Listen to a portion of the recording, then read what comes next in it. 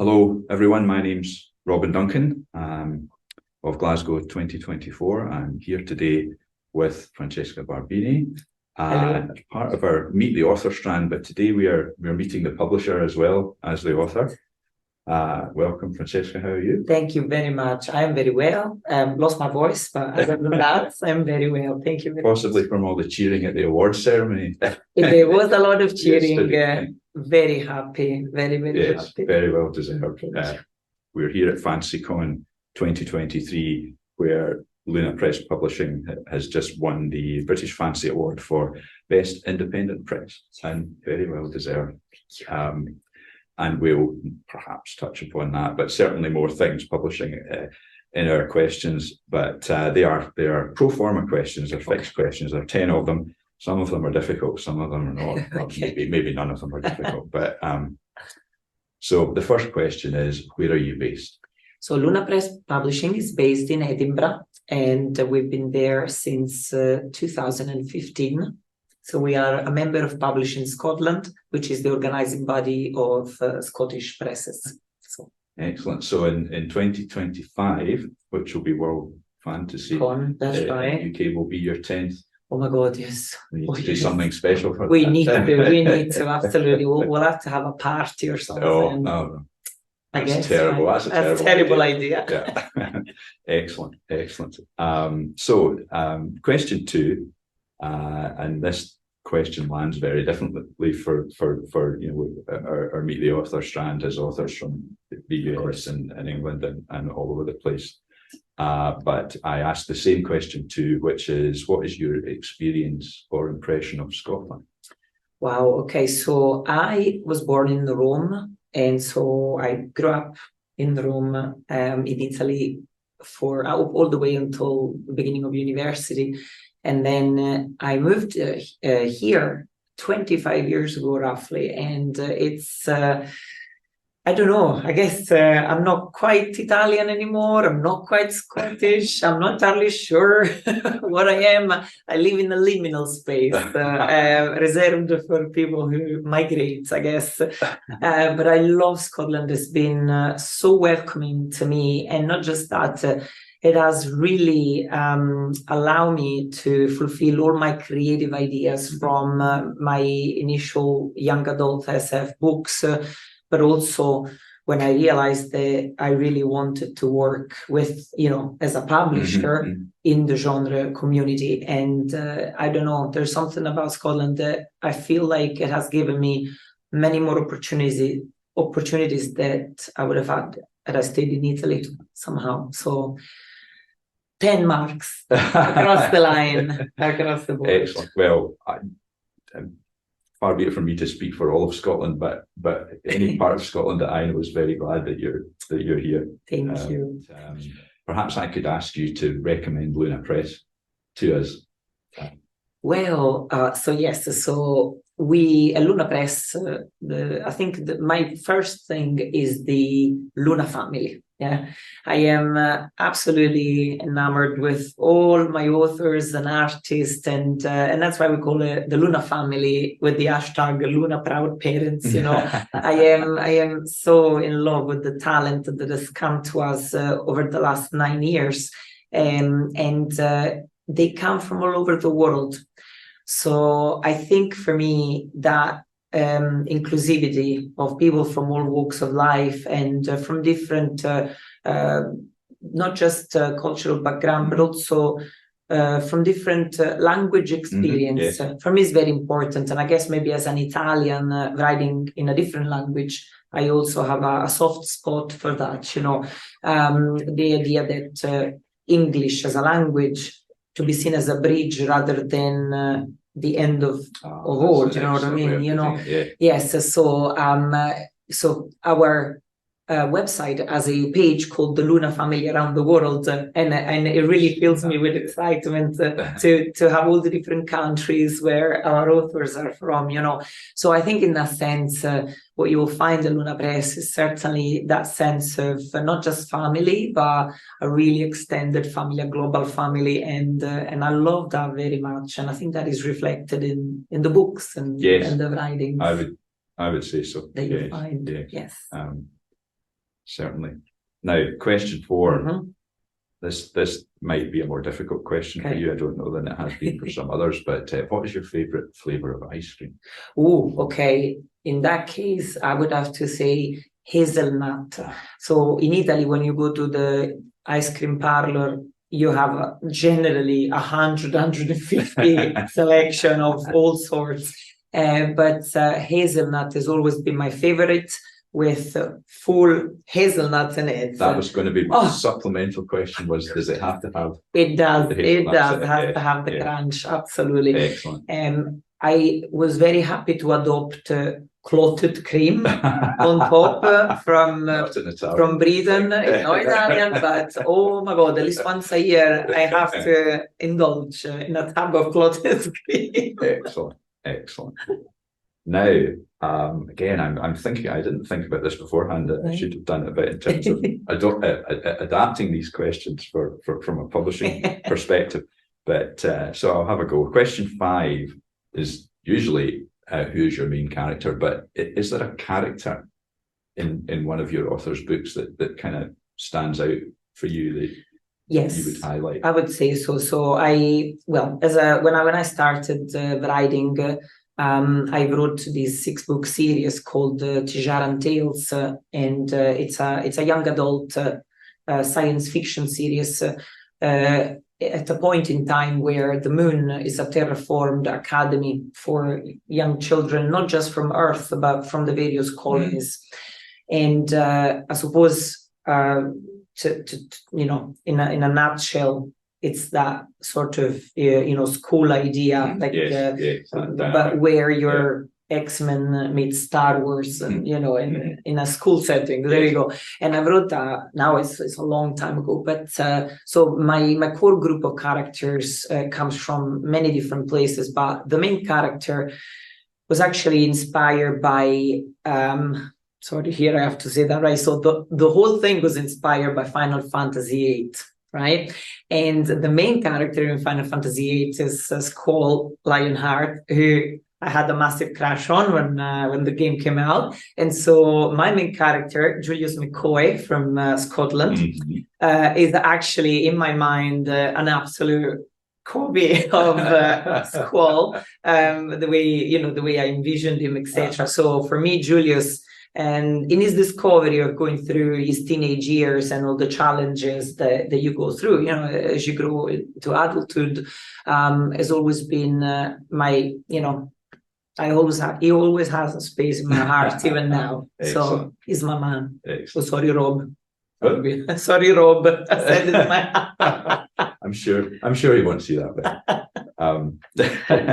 So that's interesting. You touched on certain IPs in that answer, because question 6 is Star Wars or Star Trek? Star Trek. No hesitation. Yeah, no hesitation there. Yes. So growing up at the weekend when Mom was working, Dad was at home with me, and so I had to go through every single cowboys or every single Western movies. There was a lot of visiting museums in Rome, a lot of seeing, walking through the Colosseum and having breakfast at Castel Sant'Angelo, and then I would be going home and having lunch with Dad, watching Star Trek or watching, Ben-Hur or whatever was going on. Yeah. And then there was this massive comic collection of Tex Wheeler and all of these. So it's always been, so Star Trek is part of that very specific growing up with that memories. And remembering that. Yeah.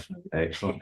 Which Star Trek incident? It was the original series, yes. But since then, I would probably say that my favorite one was always Voyager, but then when they did Enterprise years later, I was really taken with the Enterprise series, particularly with Portos, the beagle. And as you know, we have a beagle, Luna Space Beagle, and I think Portos had a lot to do with me choosing Luna as a beagle. I have a soft spot for Voyager myself. I'm very much the original series myself, but when my daughter started watching Star Trek, it was Voyager, so that we watched together as a family. So yeah, I can can relate to that. Good. So, question 7. Have you attended Worldcon before, and if so, which?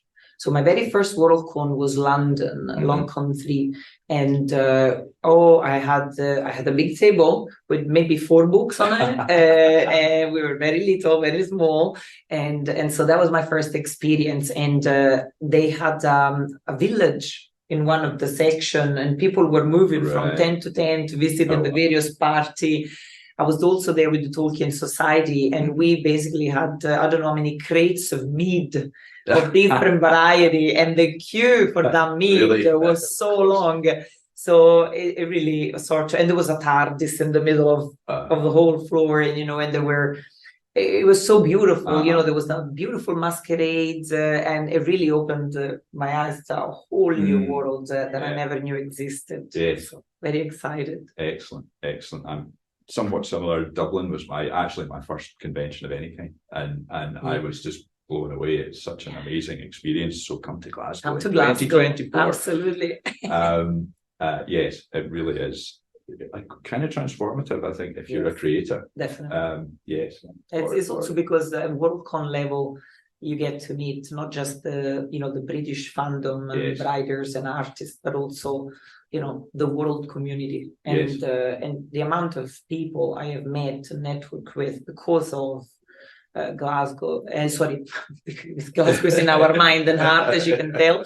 But because of this Worldcon, and in fact, I was thinking about Helsinki. I met Fumio Takano from Japan, and since then I am now publishing a novella this coming spring. Excellent. So you never know. Yes. You meet a lot of people and future authors. So they're incredible events. Yes, they really are about the people, aren't they? Yes. Question 8, hurriedly modifying on the spot. What originally or what still now inspires you to publish new authors and existing authors? So it took me a little while to try to understand what my place in the world was, but I have now come to the conclusion, and I firmly believe that I see myself as a facilitator. So my job is the way I see it, is to journey with people along with them, and do what I can to take them from one place to the next, wherever it is that they want to go. So in publishing, I feel like I am doing that, and there is this excitement and about discovering the new voices, and discovering also new projects and new ways of doing things. I do sort of get bored after a while of certain things. I need to change. I need to change my life. I need to change country. I need to change things in general. I need to change my hair. So, but yeah. So I feel like that is really what I am good at. It's helping others to go through a journey. So I like to think about that, and then publishing fits into this really well, because it's about accompanying someone on their journey. Yeah. So. Yeah. I think that comes through very strongly, that kind of ethos in your website, for example, and indeed in your table at conventions, that diversity of I try not to use the word product. You know what I mean? Of your range of books. Yes. Right. Now, question 9. We're almost there. Question 9. Favorite music or band? Oh, Metallica. Oh, wow. Yeah. You are. No one has answered that question so emphatically in such short order. So there is a huge. Obviously, I grew up with rock, specifically rock from all the way from the 60s, the 70s, and 80s. But Metallica has always been my very important band, and I have a lot of time for heavy metal, and in particular, music is one of those things that, and I believe I'm not the only one in that respect. we can listen to pretty much anything, even if it's not your genre, according to how you feel in that particular moment. Yes. So generally speaking, I will never say, oh, I'm not listening to that. If that song suits me at that particular moment, then it's perfectly fine. But my favorite genres have always been rock, heavy metal, and classical music. Yes. I guess because maybe Italy, I don't know, I don't want to do a stereotype there, but there was a lot of classical music growing up. And so one of the best moments was when we had the San Francisco Philharmonic Orchestra and Metallica together. That was just, loved it. So there you go. I'm with you on that. Rock was always, and heavy metal was always my core, where I started, but now at my age, I'm certainly a lot more diverse, and I've discovered jazz recently in the last 3 or 4 years. Yes. But I think there are commonalities between classical music and rock, the drama of it, the paucity of it, the scale of it, grandeur. Since we mentioned games before as well, and television series, etc., what I feel in recent years has been that I found myself working with the game soundtrack in the background. Skyrim is my go-to, or The Witcher 3 generally. But some of them are unbelievable, and because you maybe don't get operas in the way that it used to be as such. But if you sit down and you start to listen to even a soundtrack, imagine the trilogy of Peter Jackson, Lord of the Rings, and you go through our short, 10 hours of music. Oh my goodness, I would like to put down in my will I would like to have the song Concerning Hobbits. At my funeral. It brings tears of joy to my face, honestly. No, but seriously, the music that comes from this medium can be so empowering and so relaxing and inspiring. So so you must have seen Metallica a few times. Yes, probably more than me. I've seen them a few, 4 times, I think. We have the hashtag Papa Hate at the moment because James is getting old. So yes, gosh, I'm not even going to start going down that road. James, if you're listening, you're still lovely. Last question, and this is again one that I will adapt. But what's coming up now that is exciting you? What is Luna doing soon or next? Well, so 2024 is going to be another incredible year, but in particular, I am very excited.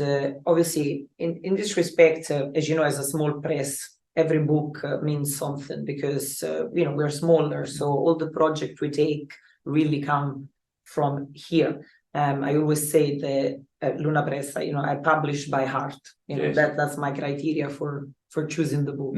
The things that really, really touch me. Thinking about Glasgow 2024, of course, there is an exciting project, which is an anthology that we are preparing to showcase Scottish writers, new, emerging, and established, which will be launched which will be launched at Worldcon. You can edit that, right? Which will be launched at Worldcon.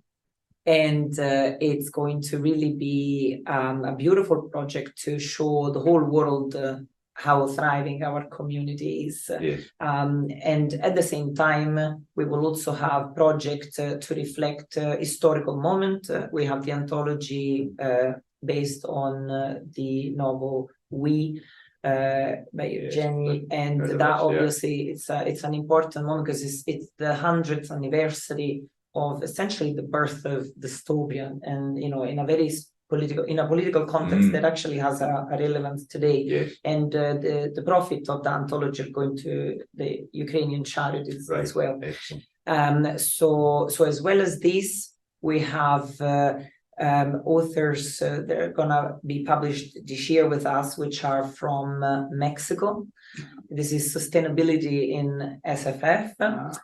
We have Fumio Takano from Japan. We have Nikki Abbott from Barbados, C.L. Farley from South Africa, and of course our own Lorraine Wilson with her novella for the Luna Novella series, and returning the unbelievably amazing Nikhil Singh from South Africa with his sequel to the no more shortlisted Club Dead. So the new book is Dakini Atoll, and Nikhil will be a world fun. Nikhil packs a punch, so he does not shy away, and that's why we love it. The blurbs that are coming in from all over the world are just incredible. Yes. He's not for the faint of heart.